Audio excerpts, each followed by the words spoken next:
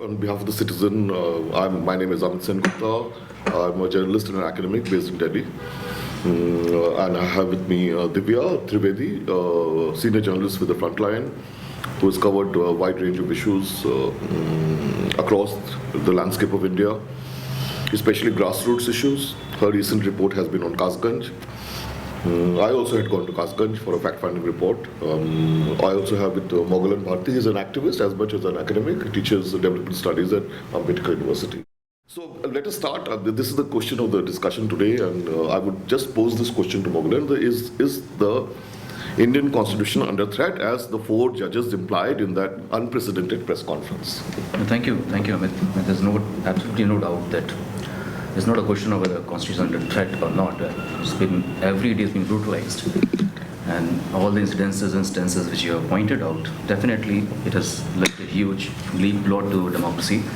And we, the progressive people, or whatever we want to call ourselves, we've been fighting this government and the people of this ilk for a while now. And it becomes important that in this very context, why is it Constitution so central to our politics? Constitution becomes another form of the government, or constitutional democracy becomes another form of the government. It's merely a form of government. For us, rather, it's much more deeper, it's much more historical.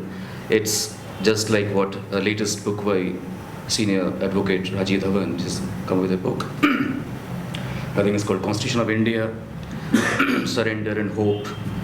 Like this, I don't exactly name the title.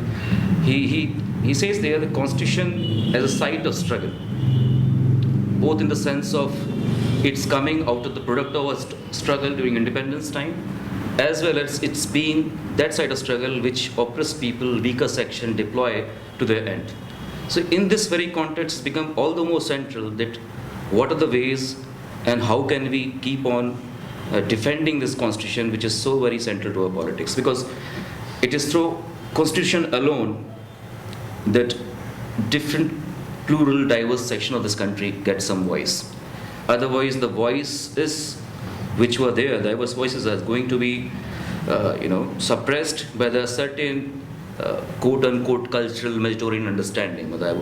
I doubt to call it as a culture in the first place, though, which is a very North Indian, male, upper caste-centric culture being suppressed and being topped down to every part of the country, where Northeast must join this race, where Southern states must join this category, where the Western society must join it. And it is they who are calling the shot, and the rest of the country, which is very diverse, very plural, and their whole identity, their whole political identity is at stake, and that identity is being defended by the Constitution of the country. So within this gamut of things, in this context, you're talking about 4 judges coming out, and this never happened in the history of judiciary of this country. Media has been taken over by the corporates. Yeah. Just quickly, it has been taken over by the corporates, and you don't have to create even fake news. You can sell fake news every day, because nobody is there to contradict your fake news, because almost the entire television media, at least, is in your pocket. This is another kind of what you can call another kind of, when you are asked to bend your crawl, it is not simply bending and crawling. It's the media is part of the larger persuasive industry which is backing the corporate communal nexus, isn't it? And in this, the journalists who are actually doing a job are being targeted. Like, I'd like to give one more example of what has happened. Like, certain ministries do not want to be attributed for the news that they give out. These are certain sensitive ministries, and this practice has been going on since the UPA's time. And now you all know that WhatsApp groups have become mediums of communication between even government officials and the media.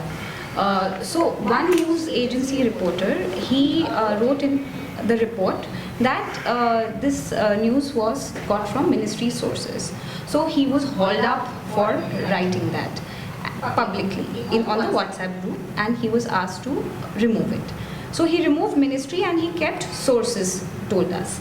Now that led to a tiff between the two, and the reporter was removed from the WhatsApp group. Not only that, he was also boycotted by the ministry. He was not invited for any press conferences.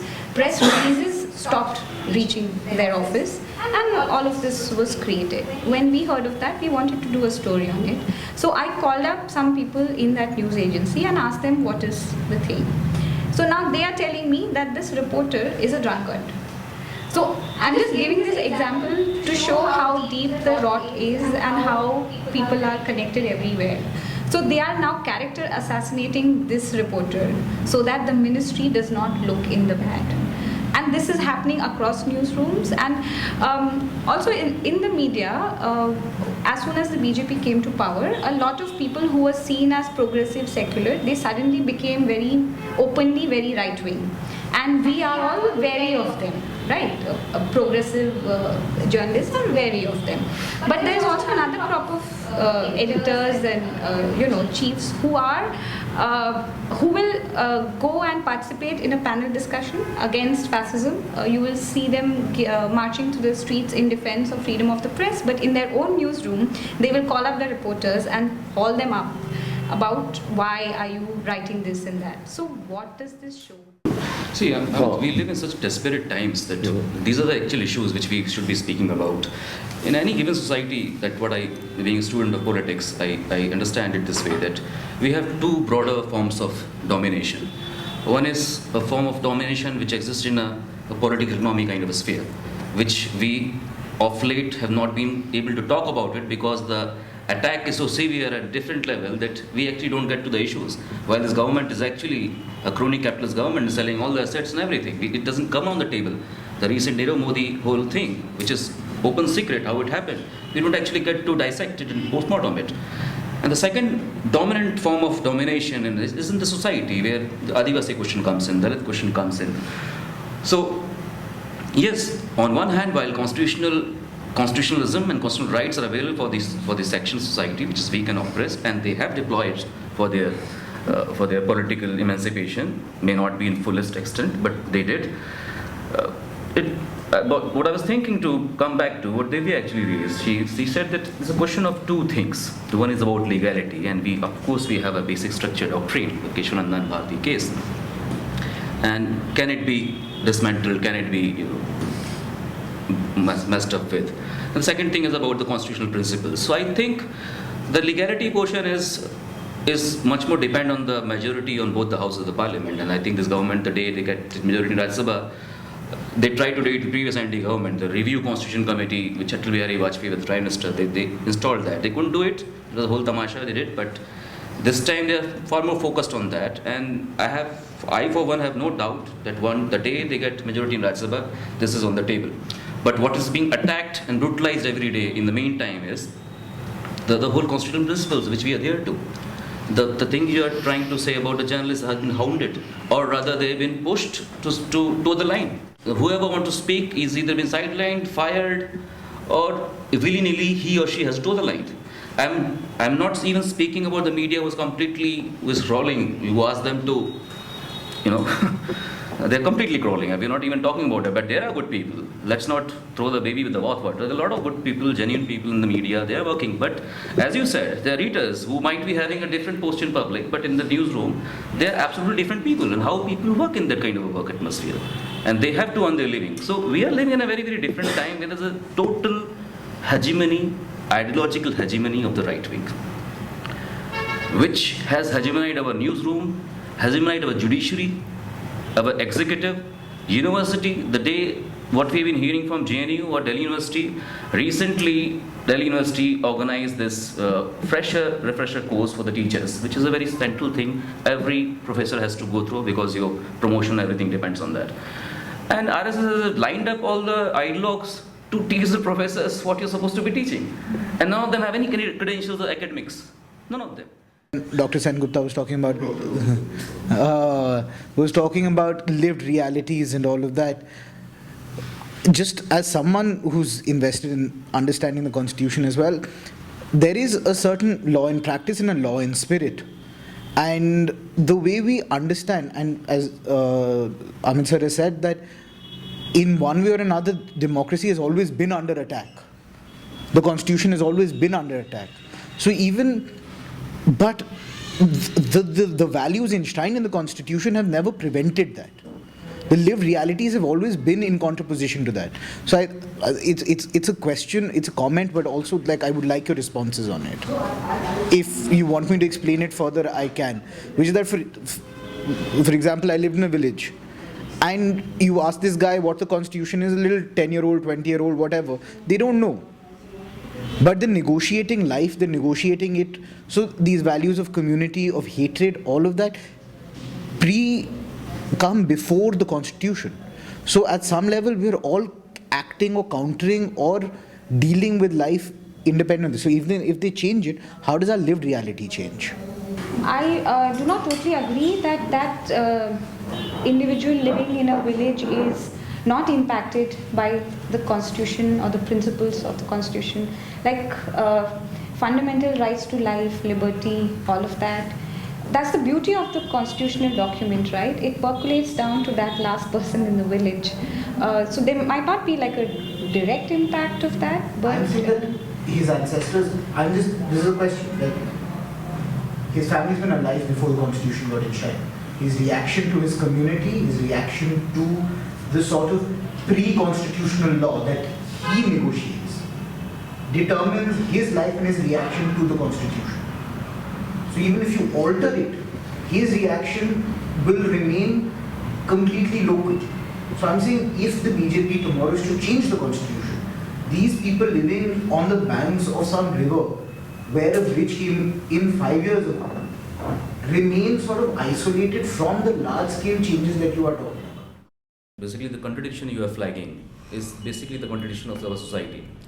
And in India, constitution values and democracy and rights didn't grow from the ground. It was never the case, which as it happened in the West. The right for freedom of expression, they fought for it, they won it, and that's why they have it. So that contradiction will always be there. A democratic constitution has been imposed from the very highly illiberal society. So that's the contradiction of past 70 years also. That's why you see all the progressive laws and things are not being followed by anywhere in our country. Barely 15-20 kilometers away in Haryana, you have Khap Panchayats thriving, and Supreme Court thriving. It's barely 15-20 kilometer distance. Just a response to that. Specifically, the line of argument that you proposed, if we take it to its logical end, the proposition would then be that since the constitution was framed by the elites, it wasn't accepted then and it wouldn't be accepted now, and hence the constitution has always been under threat. No, that's not what I'm saying. You said the constitution has always been under threat. I am saying that the lived realities, every day, in one way or another, communities like Khap Panchayats, communities like the Hashimpur violence, 1984, they are in some way always attacking the constitution. Yeah. So what I'm saying is that this conversation, as Amit sir has pointed out, why does it take a new turn? It takes a new turn because the current regime which we have, who doesn't hide these things. Which is just an extension of what You see, there's a difference between other political forces and BJP. They have an ideological institution called RSS. And they don't hide these things. They don't mince words about their hatred towards constitution. They're very clear. But then which brings me back to my question. If the constitution is just a document at the end of the day and the lived realities are completely different, if you alter a word here, a word there, does it truly impact the lived reality? No, it's not entirely like this, you see. Yes, though I agree with you, there's a different case in a society. But it's not everything is lost. There are people who go by the constitutional values. There've been movement built, social movement built in different parts of the country. They actually cherish constitutional values. The right to education, the right to information. A lot of progressive things all are these, happening. these are all, the reason I say it is because this is all legislation. So there is the trickle down that was mentioned earlier. It does trickle down at some level, and the point of a constitution is, even though your lived reality may not necessarily match, you have a document which you can hold and say that on this ground I can demand justice. And I say this coming from a place like National Law School, where we've worked right now on the Devdasi Act. Earlier, they weren't recognized. Now they have legislation. They have a legal claim to which they can then go and negotiate with the state. When you are otherwise, in practice, not recognized by the state, this is perhaps the only thing that you can then cling to. And this dissonance that you're talking about between your reality and that which is there in spirit, it isn't something that has been not been recognized. I mean, it's pointed out by Bakshi when he talks about a lot of the values enshrined in the constitution. You're right, they are liberal. They didn't actually represent the views of the time because of the fact that we were quite a feudal society even then. What Ambedkar says would not have been accepted by a lot of society. And he recognized this and yet he made it. It is, the constitution makers had this dissonance in mind. It is because they were striving for an ideal. That is the transformative potential of the constitution. The reason that it has been drafted that way. So that every time a marginalized community wants to cling on to something, that change can be made. But when that potential is then usurped by people already in power, who usurp victimhood of this marginalized community to alter the constitution to favor them, that is the threat that we're talking about right now. Yes. I'm coming from Guwahati, Right. and my name is Nurul Laskar. I was editor of 2 English dailies in Guwahati. Now, we have mentioned about Pehlu Khan, Junaid, that Akhlaq was mentioned in the table. At least, even though the mainframe media is not giving publicity to this kind of news, still a lot of people in this country know about them. But what's happening in Assam, I think the mainland is oblivious of. Yeah. Now, 2 days ago we celebrated the 40th anniversary of Delhi massacre, Yeah. the biggest pogrom in independent India. Officially 3,000, unofficially up to 10,000 innocent people were killed during the Assam agitation. No inquiry, no compensation, nobody is punished for that.